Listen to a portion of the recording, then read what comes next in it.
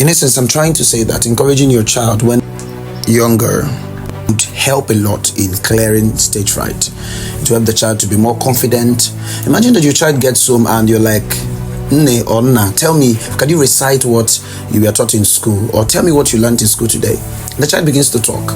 You find out that after the first day, the second day, the child will begin to open up to you, will begin to say things, will begin to feel free around you, the parents, and the child will no longer feel kind of jittery to say things. The child will come home and begin to recite, even without you asking he or she to recite anything. Every child's audience or stage starts from the home. The first stage a child has is the home. You're the first audience your children would have. Parents are the first audience, the siblings are the first audience. You notice there are some children, they get home, they get the cane their parents have or anything. They begin to illustrate what they saw in school. Children believe in drama.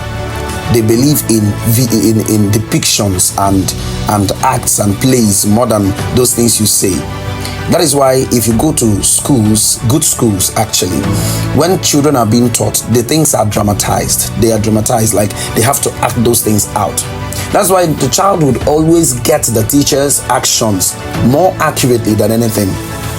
The child begins to act like a teacher, gets a chalkboard, gets everything, begins to teach other people, children. And when one of them makes a mistake, you see how the child will respond to the person. The way the child responds to the children will tell you what happens in the school. Some will flog the living hell out of their fellow children because in their school, the teacher flogs the hell out of the pupils. Some would even beat others. Some will be like, "Okay, darling, it's fine, or it's fine. Repeat after me." That's the way the teacher behaves. So children tend to repeat what they learn. But I'm not trying to talk about what children learn and how they dramatize it. No, I'm trying to deal with the matter of stage fright. When opportunities are given children to express themselves, it will be quite amazing to know the length, the depth, the width of knowledge, of capacity these children have to house a lot of things and display a lot of things.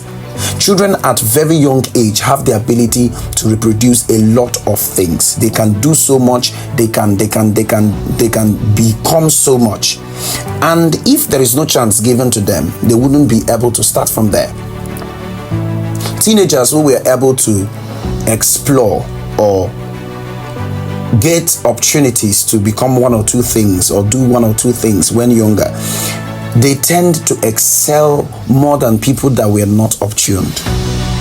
Children who play ball on the streets, you notice that some of them end up, some, not all, some of them end up playing in bigger leagues because they started when small. If you're not able to practice something that you want to do in future for as much as possible, as long as possible, one thing is that you will never be an expert in it. Expertise is not something you lay hands on people and it comes upon them. It begins by practice. And so letting your children have the opportunity to express themselves, not say things that are not necessary, no, not talk things that are very, very, very obscene, but allowing them express themselves through music, through public speaking, through presentations, through debates. You can even ask your child, propose the motion which says this or that, and that's it. The child begins to say some things. Or you can write something out for the child. Or you let the child recite something he or she learned from a very, very child-tolerable movie. There are things that help children to grow.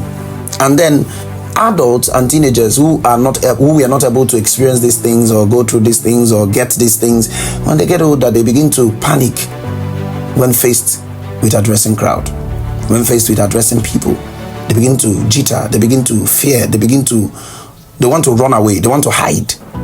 When they stand in front of people, they know what to say, but they lack words. It's not about the people, it's not about the stage, it's about the psychology.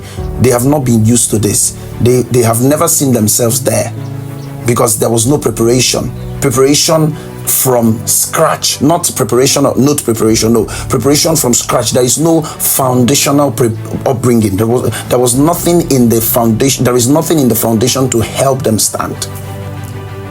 That's why I said that stage fright is quite foundational.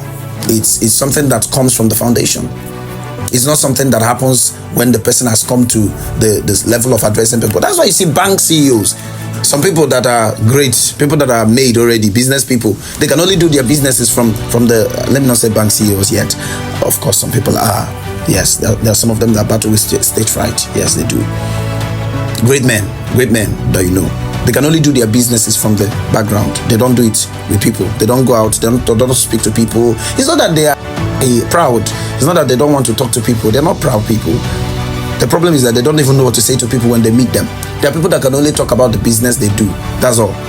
When it comes to any other thing, though they know so much about those things, they can't talk about them. They can only talk about the business because even if they make mistakes or stutter, they are used to saying those things. So they will keep saying a line of things repetitively till they are done.